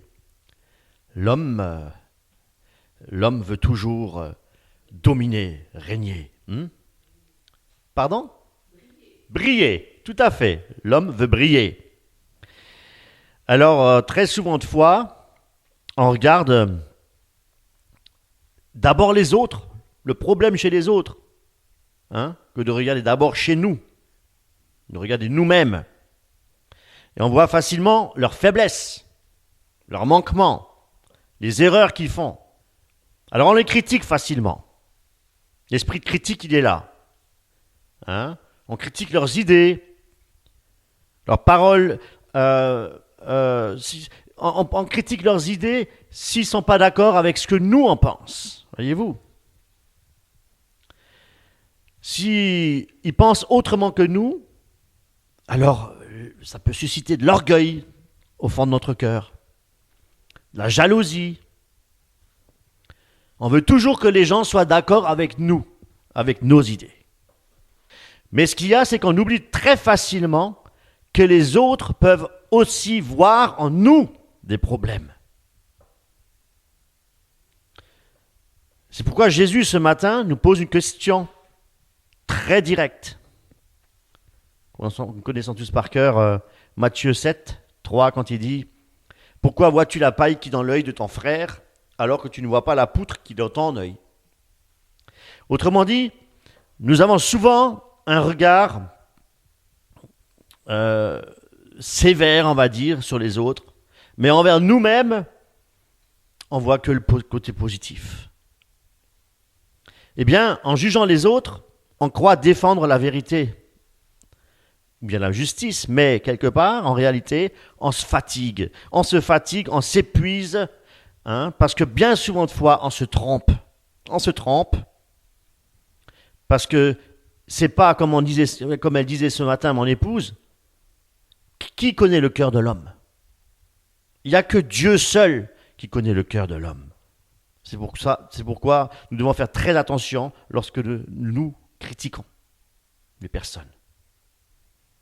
On croit avoir raison, mais c'est Dieu seul qui connaît le cœur de l'homme. La Bible a dit, l'homme regarde à ce qui frappe les yeux, mais l'Éternel, lui, il regarde au cœur. Et c'est pourquoi, quelque part, juger quelqu'un, c'est prendre la place qui n'appartient que à Dieu. Dieu seul est juge. Frères et sœurs, il est important bien aussi de comprendre ce que veut dire juger. Selon la parole de Dieu, juger quelqu'un pour le condamner ou pour l'humilier, le rabaisser. C'est un jugement qui déplaît à Dieu. C'est un jugement égoïste, c'est un jugement orgueilleux, c'est un mauvais jugement. Jésus nous met en garde contre cette attitude, quand il parle justement des pharisiens. Dans la parabole du pharisien, lorsqu'il dit « Je ne suis pas comme cet homme-là. Moi, je prie. Je prie. » Eh bien, il jugeait son frère parce que son attitude, c'était de se glorifier lui-même. Il voulait se glorifier lui-même. Il jugeait son frère parce qu'il voulait, quelque part, être meilleur que lui, se placer au-dessus de lui. Et ce type de jugement, mes amis, il est basé sur l'orgueil, comme je disais tout à l'heure, aussi la jalousie. Mais aussi, le cœur de l'homme est tortueux par-dessus tout, le cœur de l'homme est méchant, la méchanceté. Et ce n'est pas de cette manière-là qu'on peut se rapprocher de Dieu. Dieu veut un homme, il veut un cœur humble. Pour s'approcher pour s'approcher de Dieu, il faut un cœur humble. Maintenant, on peut se juger par amour. Ça consiste à aider l'autre quand on voit une faute, d'être à son service, de l'aider à se repentir, l'aider à marcher dans la vérité, dans l'intégrité. Voyez-vous? C'est un jugement constructif. C'est un jugement qui édifie l'autre. C'est un jugement qui restaure son âme. Voici un bon jugement. Il ne s'agit pas de médire ou de critiquer ou de se sentir supérieur à l'autre, mais de corriger avec la compassion de Dieu et de corriger avec la tendresse de Dieu, comme Christ lui-même le ferait. Galates 6:1.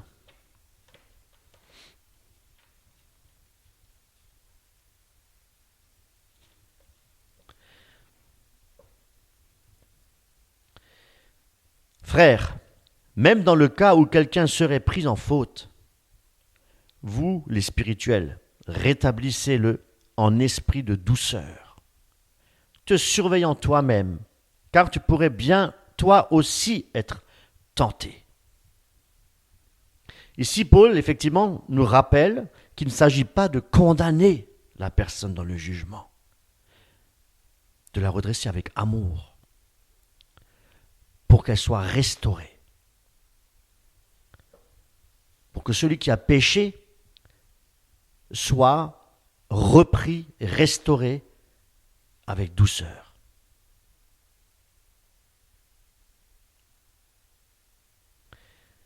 Jacques 5.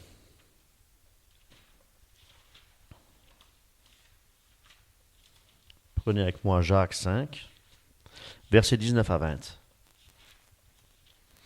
Il est dit: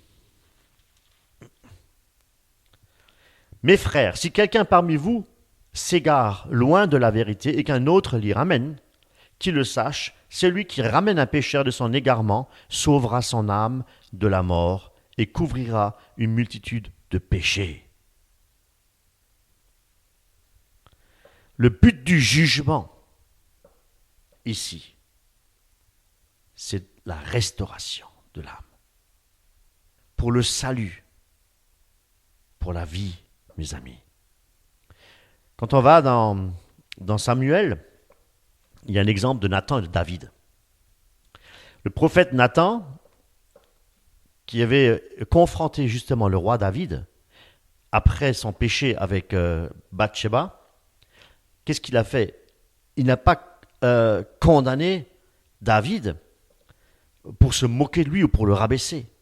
Mais il lui a montré son erreur en lui apportant justement ce récit qui parle directement à son cœur. Voyez-vous? par la conscience. David, il a reconnu sa faute.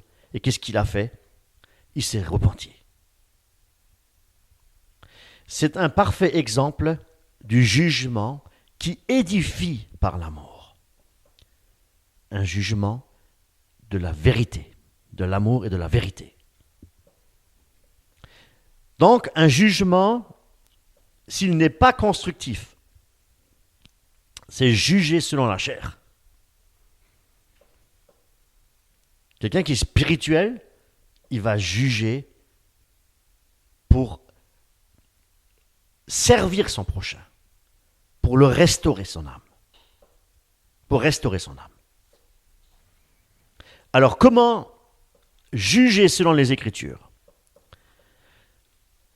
Il faut agir avec compassion.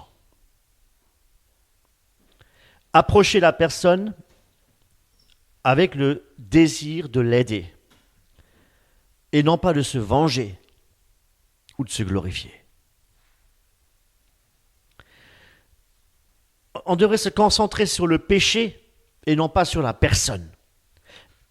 Il ne s'agit jamais de dire « tu es mauvais », mais plutôt de lui dire que Dieu hait le péché et qu'il aime le pécheur, mais le pécheur aussi qui reconnaît ses torts, qui reconnaît son péché et qui a le désir de passer par la repentance pour revenir sur le droit chemin et de marcher selon la vérité de Dieu. Prendre exemple sur Jésus-Christ et sur les prophètes. Leur but, c'était toujours de restaurer, toujours de corriger avec amour et conduire à la vie, jamais dans la honte et jamais en faisant une critique destructive. Voyez-vous? Mais d'un autre côté, c'est-à-dire en parlant du jugement charnel, ce jugement-là n'édifie pas, il ne console pas. Et c'est pourquoi, justement, il est très important de prendre le temps d'examiner d'abord notre cœur avant de critiquer ou de juger mon prochain. Et c'est quand nous reconnaissons nos manquements et notre besoin de vraiment se convertir, eh bien alors notre regard, de se repentir, eh bien c'est là que nos regards vis-à-vis de notre prochain va changer. L'apôtre Paul nous encourage. Si nous nous jugeons nous-mêmes, nous ne serons pas jugés. Alors je vous donne un exemple. Une sœur dans l'assemblée avec qui vous entendez très très bien, elle commence à vous éviter. Elle ne vous regarde plus. Elle ne vous parle plus. Et elle baisse les yeux. Et elle ne dit même plus bonjour. Alors, dans votre tête, comment vous allez réagir? Vous allez dire, mais regarde là, je la comprends pas. Pourquoi elle m'évite? Qu'est-ce qu'elle a contre moi? Qu'est-ce que je lui ai fait? Et ce n'est certainement pas moi qui vais faire le premier pas. Si elle boude, c'est à elle de venir vers moi. Alors vous commencez à la critiquer intérieurement. Vous commencez à avoir des mauvaises pensées, vous laissez mûrir ces mauvaises pensées, parce que les choses ne s'améliorent pas. Et vous commencez même à parler d'elle avec d'autres personnes, sur elle avec d'autres personnes. Regarde là, c'est ce qu'on appelle le commérage. Regarde là, regarde pourquoi, regarde là. Elle dit plus bonjour. Mais plus tard, vous apprenez la vérité sur cette personne. Cette sœur est tombée gravement malade. Ou peut-être elle vient de perdre un être cher. Ou bien elle traverse un moment de découragement spirituel très profond. Une sorte de dépression spirituelle. Votre jugement est charnel. Il est basé sur ce que vous voyez en surface uniquement. Et ça n'a rien, et vous vous rendez compte, ça n'a rien à voir avec la réalité des choses. Cet exemple nous montre ô combien il est dangereux de juger les autres, effectivement, pour des apparences.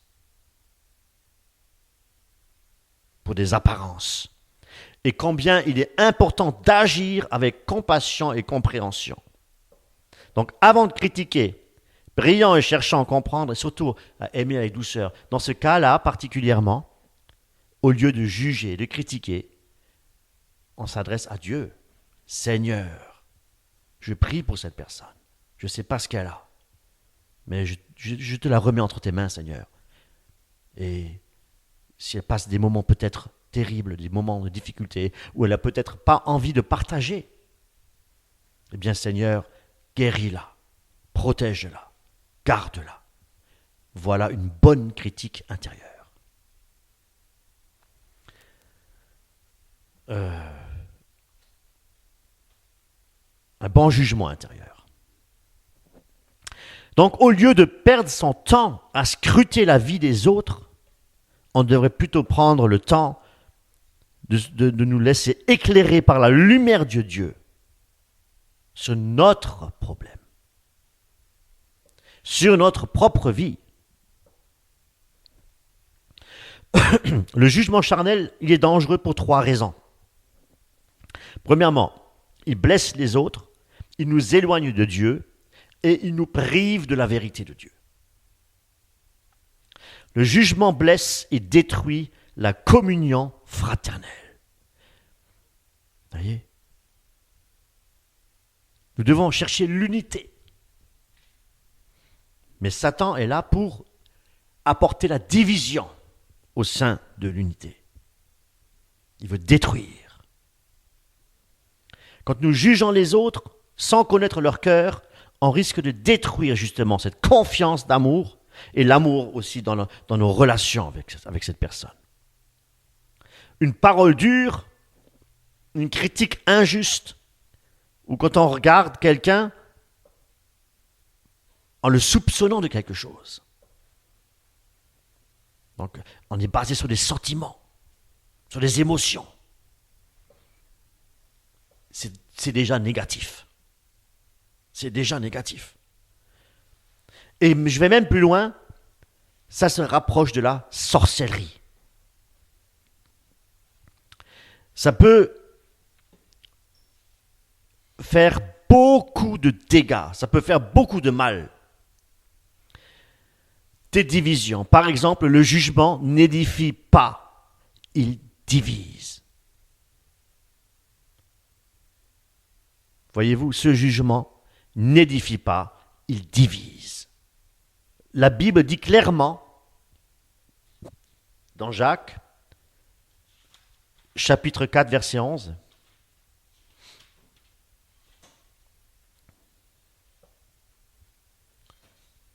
ne médisez pas les uns des autres, frères. Celui qui médit d'un frère ou qui juge son frère, médit de la loi et juge la loi. Voilà. Autrement dit, juger mon frère, c'est m'opposer à la loi de l'amour et qui est le cœur de l'évangile, frères et sœurs. Le jugement nous éloigne de Dieu. Quand je passe mon temps à juger les autres, je détourne mon regard des choses qui sont importantes pour ma vie spirituelle, ma relation avec Dieu. Ma vie spirituelle est centrée dans la critique au lieu de s'enraciner dans ce qui est important, dans la prière et dans l'amour de mon prochain. Et c'est pourquoi Paul, il avertit aussi, on va dans Romains, chapitre 14, verset 10. Romains 14, verset 10.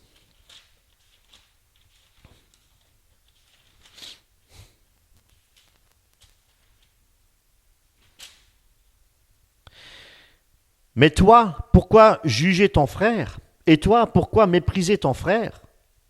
Tous, en effet, nous comparaîtrons au tribunal de Dieu.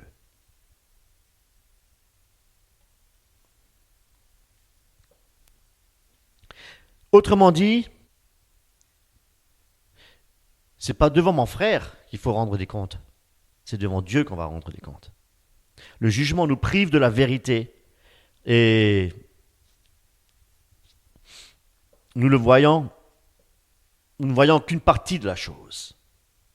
On interprète comme l'exemple qu'on a vu avec la sœur, et on juge les paroles des autres selon notre sensibilité, par rapport à nos blessures.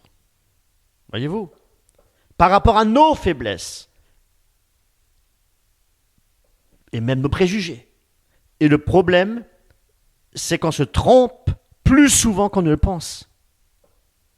On pense toujours avoir raison, mais on se trompe beaucoup de fois. Mais ce qu'il faut savoir, c'est que l'Écriture nous rappelle que l'homme, il est, lui, limité. Et encore heureux que l'homme est limité. Nous, avec notre raisonnement et notre orgueil, on croit tout savoir. Mais Dieu seul connaît les motivations profondes. Et il connaît la vérité des cœurs, comme je disais tout à l'heure. Nous avons compris que nous devons regarder sur nous-mêmes avant de porter un jugement sur les autres. Très important. Le premier commandement, c'est d'aimer Dieu de tout son cœur. Donc, chercher Dieu de tout son cœur. Le fait de dire ça, ça semble quelque part simple en parole. Aime ton Dieu. Mais en réalité, notre nature charnelle, notre nature humaine nous pousse souvent de fois à chercher d'abord nous-mêmes.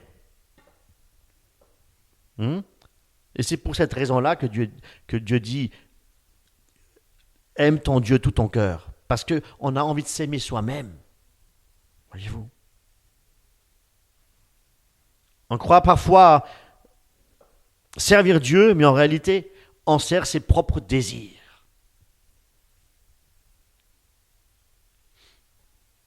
On semble être motivé par Dieu, par l'Esprit de Dieu, mais ô combien de fois nous sommes motivés par la chair. Le moi égoïste. L'homme égoïste, il veut servir pour être vu des autres, plutôt que de servir par amour de son prochain. On aime faire le bien pour être reconnu, on aime faire le bien pour être applaudi, pour exister. Je, moi. On peut donner, aider, prier, même prêcher, mais si l'intention de notre cœur, c'est d'être vu, alors ce n'est pas Dieu que nous cherchons, c'est notre propre gloire. Et Jésus nous avertit sur ce point-là. Matthieu 6, verset 1.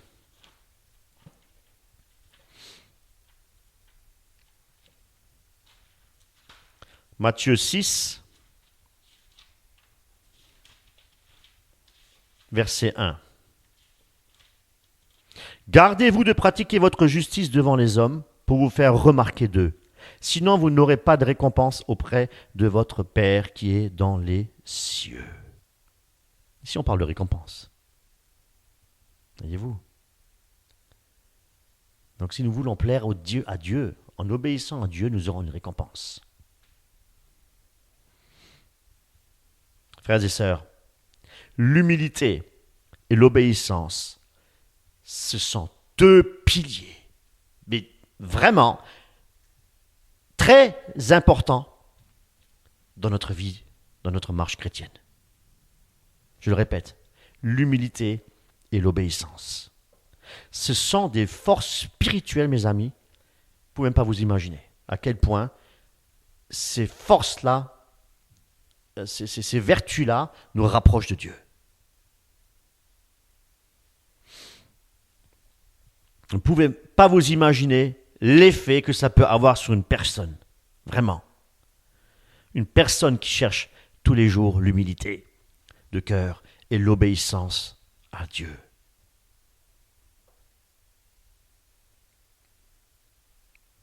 Cherchons-nous Dieu dans l'humilité et dans l'obéissance. Seigneur, apprends-moi à être humble, apprends-moi à être obéissant à ta parole. Ou avons-nous des prières très égoïstes, des prières charnelles, matérialistes? L'humilité, mes amis, c'est reconnaître la vérité sur nous-mêmes. Donc, au lieu de critiquer, de juger, on va chercher l'humilité. C'est-à-dire voir notre prochain comme étant au-dessus de nous-mêmes. Et ce que je vous dis là, on va le trouver dans Philippiens. Philippiens. Philippiens, chapitre 2, verset 3.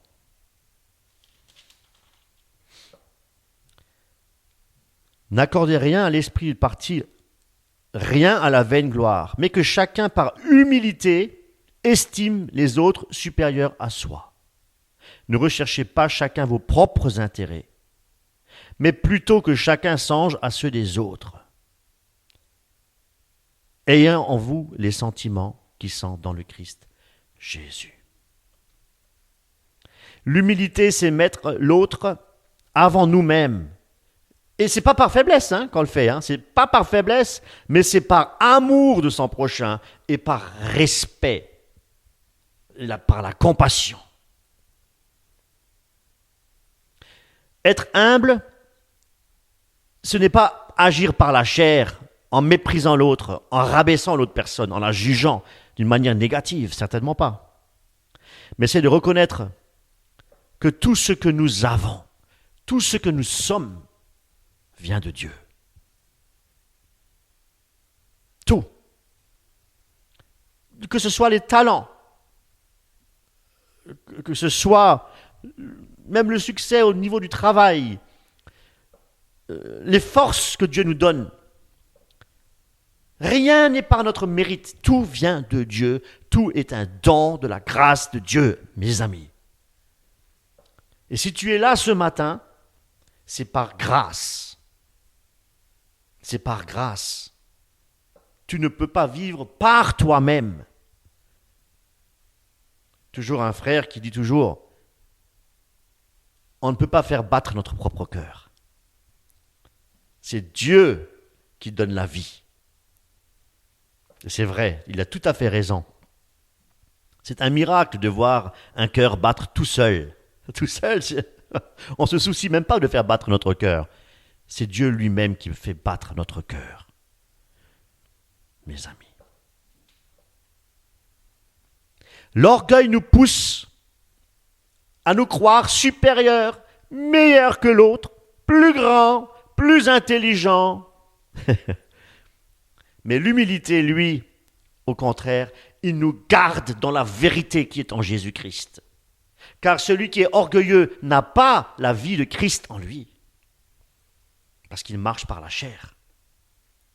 Et celui qui cherche l'humilité, mes amis, Dieu le garde dans la vérité.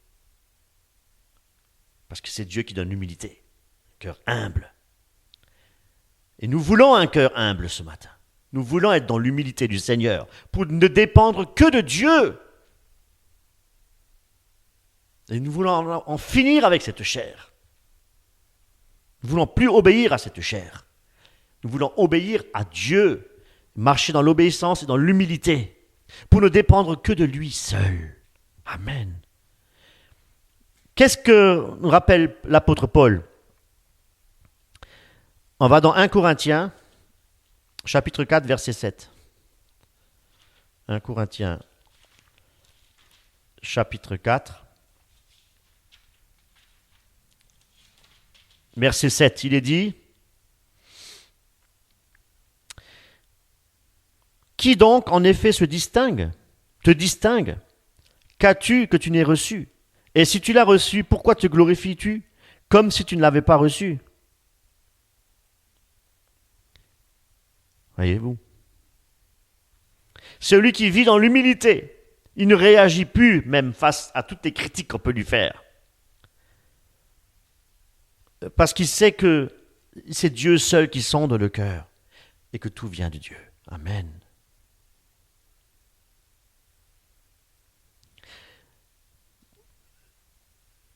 Concernant l'obéissance, qu'est-ce que c'est que l'obéissance? Obéir à Dieu, c'est marcher dans les voies de Dieu, marcher selon la volonté de Dieu. C'est ça l'obéissance. Et la désobéissance, c'est de marcher selon la chair. Obéir à Dieu, c'est lui faire confiance, même quand on ne comprend même pas ses plans, quand on ne comprend plus ses plans, ou quand les choses ne vont plus. C'est lui faire confiance. Obéir, c'est pas, comment je vais dire, c'est pas une soumission qui doit être forcée, voyez-vous. Mais c'est obéir par notre liberté que Dieu nous a donnée. Et c'est le faire par amour. Le prophète Samuel, il disait, l'obéissance vaut mieux que les sacrifices. Cela veut dire que Dieu attend avant tout de nous un cœur réceptif à la parole, qui obéit, un cœur qui écoute et qui se soumet à la parole.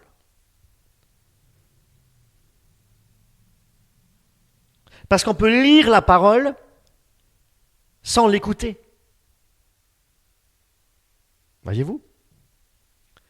Les fruits de l'humilité, mes amis, et les fruits de l'obéissance et de l'humilité,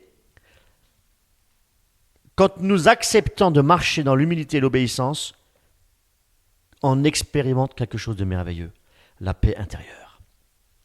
La paix qui surpasse toute intelligence que Dieu donne.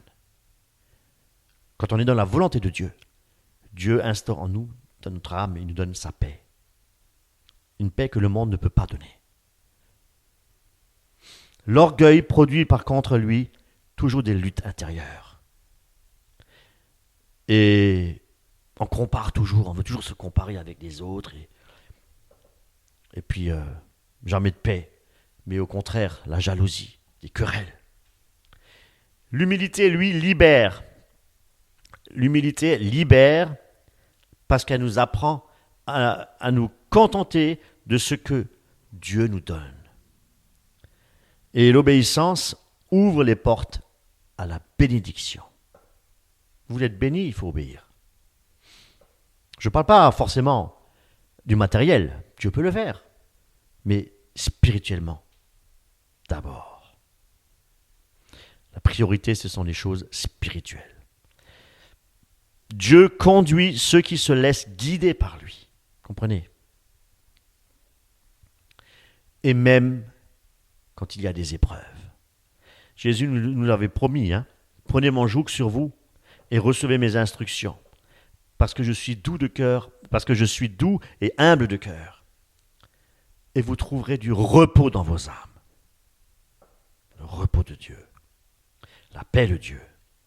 Là où il y a l'humilité et l'obéissance, c'est là, mes amis, qu'il y a la vraie paix de Dieu dans le cœur de l'homme.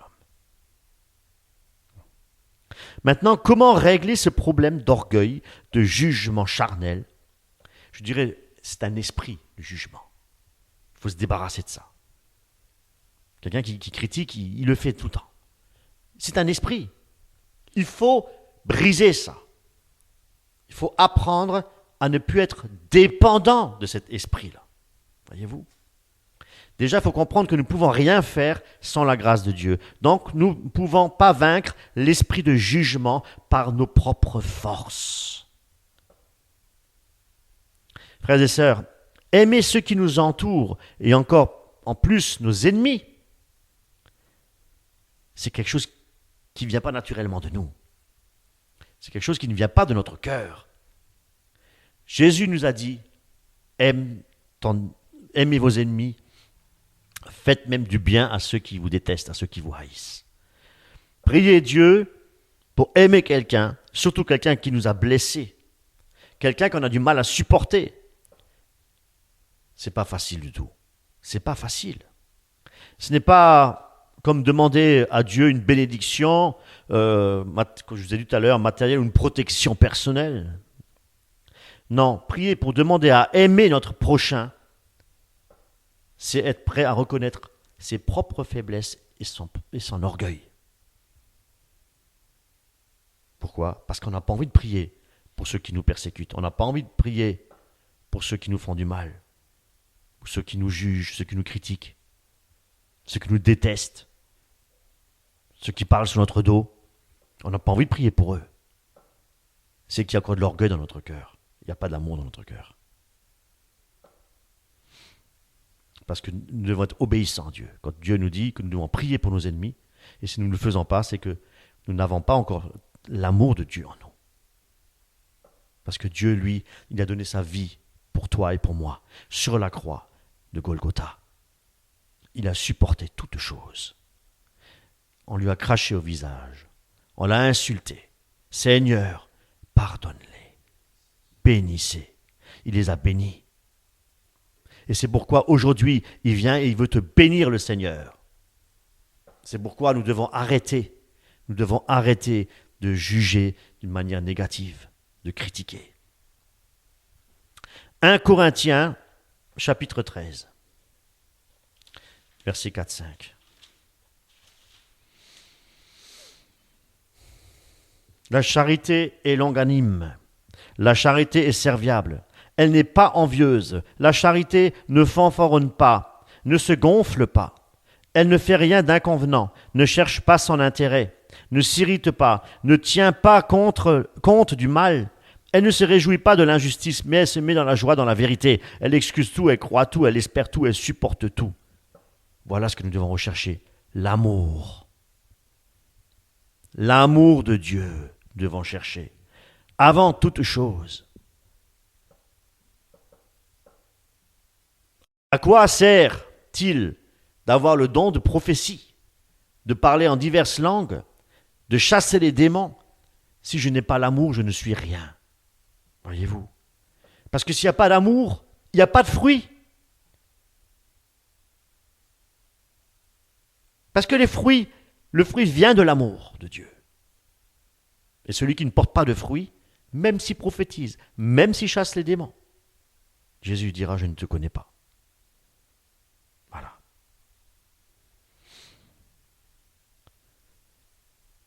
Il est difficile, mes amis, je n'ai pas dit que c'est une chose facile, il est difficile d'aimer selon Dieu. Parce que nous avons encore cette nature charnelle en nous. Et elle veut toujours réagir avec colère, avec rancune,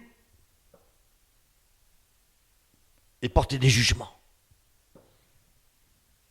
Prier pour aimer notre frère et notre sœur, ou même notre ennemi. Ce n'est pas possible par la chair.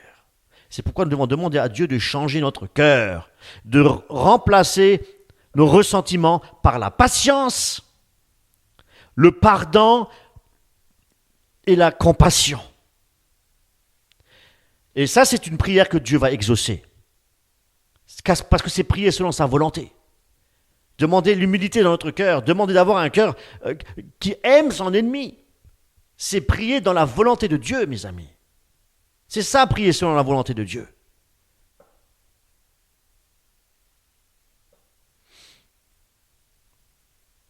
C'est une prière que Dieu exauce.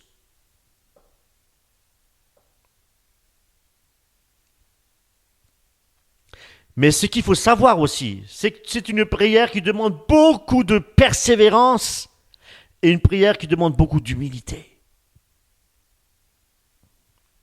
Mais c'est aussi une prière très puissante. Parce que c'est une prière qui nous rapproche de Dieu, au cœur de Dieu. Parce que c'est sa volonté. Et il nous rend capables, parce que c'est la volonté de Dieu, je vous le dis. Et c'est pourquoi il peut nous rendre capables, et il veut nous rendre capables de vivre l'amour véritable pour porter du fruit. Voilà ce que Dieu veut, c'est que nous portions du fruit pour le royaume de Dieu. Alléluia. Une autre façon de régler ce problème de jugement, c'est aussi apprendre à faire silence quand notre cœur s'emballe justement. Souvent nos jugements sortent trop vite de notre bouche. On parle des fois tellement vite. Mais c'est là qu'il fallait faire appel au silence. Eh oui. Si j'ai envie de critiquer ou de juger quelqu'un d'une manière charnelle, ben je peux choisir de me taire. Et à la place, de prier intérieurement. Très difficile. Mais c'est possible. C'est possible. Et de laisser le Seigneur calmer notre cœur. Il y a un proverbe qui dit, celui qui veille sur sa bouche, celui qui veille sur sa bouche, il garde son âme. Nous devons aussi pratiquer la miséricorde envers les autres. Nous voulons que Dieu soit patient et miséricordieux envers nous. Pourquoi ne serions-nous pas vis-à-vis des autres? Chaque fois que nous sommes tentés de juger, on doit se rappeler que nous avons beaucoup de faiblesses. Beaucoup de faiblesses. Et cela va changer notre regard. Et ça ouvre même la porte du pardon. Voyez-vous, on est des fois blessé. On juge parce qu'on est peut-être aussi blessé. C'est pourquoi il est dit dans la parole de Dieu, supportez-vous les uns les autres. Et s'il y en a qui se plaignent, nous devons nous pardonner réciproquement. Prendre l'habitude de bénir mes amis à la place de critiquer et de juger. Au lieu de condamner quelqu'un, de critiquer en pensée, je ne dis pas ouvertement, mais en pensée, ou par nos paroles directement, eh bien, nous pouvons choisir à la place de bénir la personne. Dire dans notre cœur, Seigneur, bénis cette personne, aide-la, soutiens-la. Eh bien, le fait de dire ça, ça va déjà changer notre propre cœur. Et ça va fermer la porte à l'amertume. Beaucoup d'amertume dans le cœur de l'homme aussi, oui. Par manque de pardon et parce qu'il est constamment en train de critiquer et de juger. Et la parole de Dieu nous l'enseigne. Paul nous dit, bénissez et ne maudissez pas. Juger de manière charnelle, négativement, c'est maudire. C'est maudire la personne. C'est de la sorcellerie, mes amis. On doit se rappeler que personne, même pas le chrétien le plus droit, est parfait. Personne n'est parfait.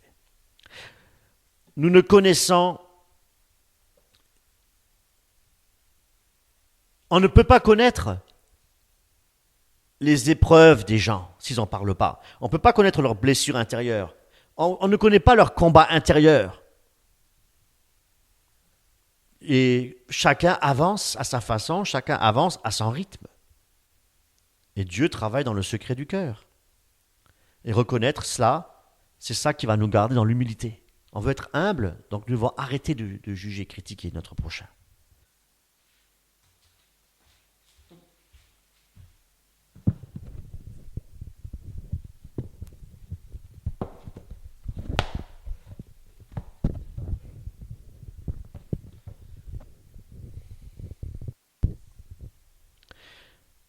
« 1 Corinthiens chapitre 4, verset 5. Ainsi donc, ne portez pas de jugement prématuré. Laissez venir le Seigneur, c'est lui qui éclairera les secrets des ténèbres et rendra manifeste les desseins des cœurs. Et alors, chacun recevra de Dieu la louange qui lui revient. » Frères et sœurs, souvenons-nous que chaque jour est un nouveau jour. C'est merveilleux ça. Pour nous les chrétiens, aucun jour ne se ressemble. Aucun. Et parce que chaque jour est un combat spirituel différent. Dieu prépare nos journées en fonction, si vous voulez, de notre croissance intérieure aussi. En fonction de notre travail sur nous-mêmes, pour nous faire grandir dans la foi, pour nous faire grandir dans l'humilité et dans l'amour. Pour ceux qui n'ont pas Christ, chaque jour se ressemble. Chaque jour, parce qu'ils n'ont pas une espérance vivante comme nous. Voyez-vous? Mais pour nous, c'est comme quelque part une aventure au quotidien. Si nous sommes dans la volonté de Dieu, nous ne savons pas ce qui va se passer la journée. Demain ne nous appartient pas. Et hier est déjà passé. C'est aujourd'hui. Aujourd'hui. C'est aujourd'hui que le Seigneur peut prévoir des rencontres. C'est aujourd'hui que le Seigneur peut préparer des occasions, des défis même, des bénédictions, mais bien sûr aussi des épreuves. On n'est pas épargné des épreuves. Mais tout cela, c'est pour nous épurer et pour nous préparer pour le royaume de Dieu. Amen. Il veut que nous soyons toujours dans sa volonté et notre libre arbitre, il est pour servir le Seigneur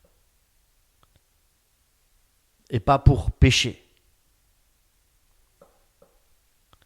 Alors marchons chaque jour avec confiance et soyons d'accord aussi avec ce que Dieu veut faire de nous et en nous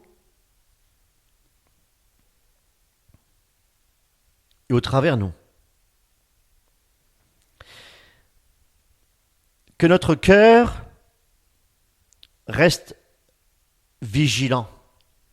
Le Seigneur nous demande de veiller. Nous vivons des temps très difficiles. Nous devons apprendre à être humbles, oui. Nous devons apprendre à pardonner, à nous édifier et à juger notre prochain avec amour pour le redresser. Et non pas pour détruire, et non pas pour diviser, mais pour édifier, pour construire, pour unir dans l'amour du Christ.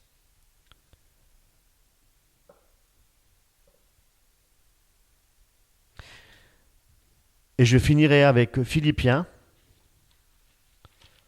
chapitre 4, versets 6 à 7.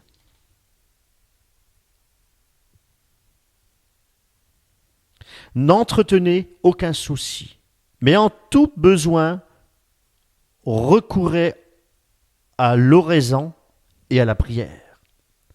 Pénétrez d'actions de grâce pour présenter vos requêtes à Dieu.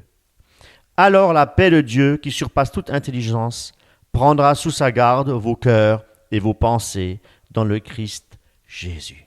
Soyez bénis. Bon dimanche à vous. Amen.